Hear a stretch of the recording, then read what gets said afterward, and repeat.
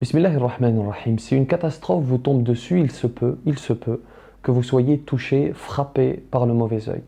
Et quoi qu'en pensent les moqueurs et autres pseudo-réformistes, le mauvais œil, al-ayn, est une réalité parce que le prophète sallallahu alayhi wa sallam dit dans un hadith authentique, al-aynu haqq, le mauvais œil est une vérité. Dans cette vidéo, je vais vous dire deux ou trois choses à ce propos et comment s'en préserver.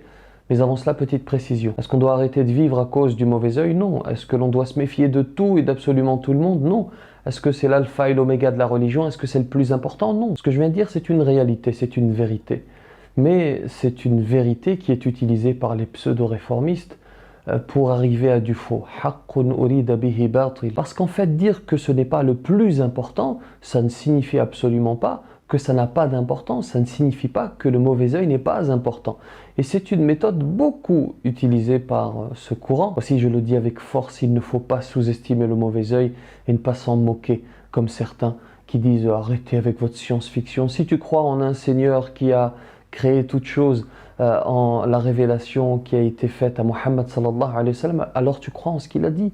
Et il a dit notamment dans un hadith authentique, la plupart des gens de ma communauté trouvent la mort à cause du mauvais œil, si ce n'est par la prédestination. Il n'est pas question de se renfermer sur soi-même et de ne rien montrer, de vivre comme un ascète.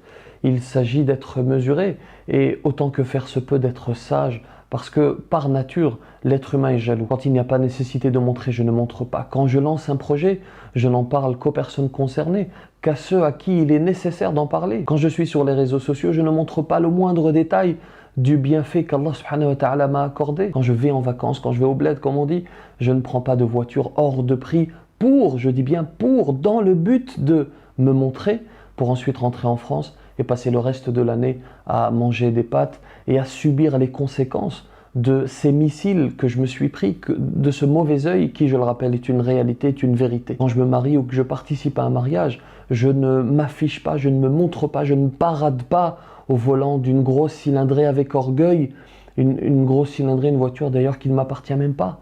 C'est-à-dire que les gens attirent le mauvais œil, certains attirent le mauvais œil avec des biens qui ne leur appartiennent même pas. Et si malgré toutes ces précautions, les gens m'observent, scrutent, et c'est ainsi que sont beaucoup de personnes, alors je fais et je leur demande de faire ce qu'a recommandé le prophète sallallahu alayhi wa sallam, c'est-à-dire de demander la baraka, qu'ils disent Allahumma barik fih, Allahumma barik fiha si c'est une femme, Allahumma barik fiya, je le dis moi-même pour moi-même, Allahumma barik fiya, toutes ces formulations, masha'Allah, tabarakallah, je demande la bénédiction d'Allah subhanahu wa ta'ala, ou je leur recommande de demander la bénédiction d'Allah subhanahu wa ta'ala. Et je me préserve en faisant les invocations protectrices et en récitant la parole d'Allah subhanahu wa ta'ala, et notamment les trois dernières sourates, Qul huwallahu ahad, Qul a'udhu bi rabbil falaq, Qul a'udhu bi rabbin nas. Qu'Allah subhanahu wa ta'ala vous protège, qu'il vous préserve du mauvais œil. Partagez cette vidéo si vous pensez qu'elle peut être utile. Je vous mets ici une autre vidéo si vous souhaitez la visionner. Que la paix soit sur vous.